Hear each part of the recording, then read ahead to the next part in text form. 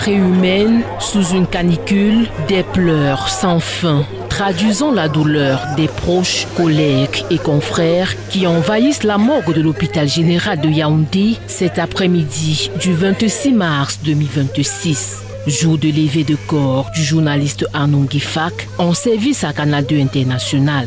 Le talentueux journaliste dont le style et la voix ont séduit et conquis l'univers médiatique est porté en triomphe par la corporation. Dans cette foulée bigarrée, des vedettes du petit écran, patrons des médias, des anonymes, une équipe d'Info TV conduite par le rédacteur en chef Sylvestre Amara. La disparition de Arnon Guifak est une pilule difficile à avaler. Il passe rapidement, mais il laisse une empreinte indélébile sur la pratique du journalisme et la façon même de percevoir le métier dans notre environnement.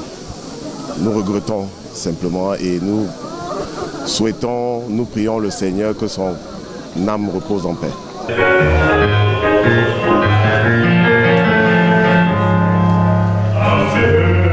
Ils viennent d'horizons divers pour honorer la mémoire de l'illustre disparu, reconnu pour son humilité. Ajouté au professionnalisme, les confrères saluent sa mémoire et son talent. Les souvenirs qu'ils gardent de lui sont positifs. Arnon Guifak était une personnification de la brillance professionnelle.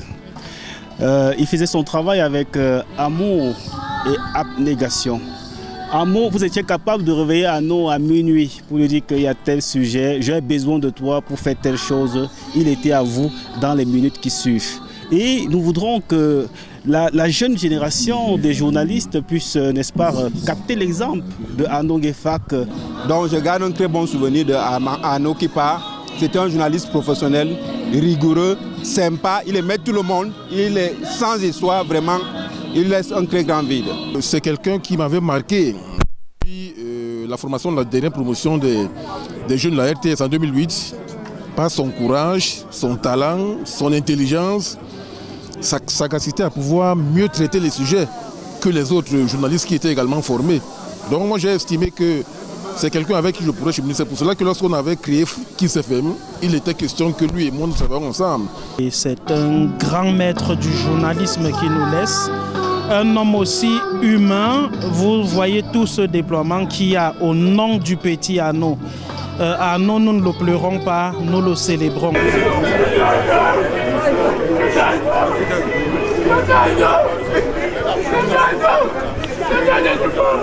Après la mise en bière, le cortège s'ébranle vers le sanctuaire marial d'Etoudi dans le premier arrondissement de Yaoundé où une messe, des témoignages et des séquences meublent l'hommage avant le départ pour le village natal au groupement Fondonera à Sancho dans la Ménois, région de l'Ouest où l'inhumation est prévue le samedi 28 mars 2026. Âgé de 39 ans, Arnon Guifak laisse derrière lui une épouse, des enfants, ainsi qu'une famille biologique et professionnelle plongée dans les mois.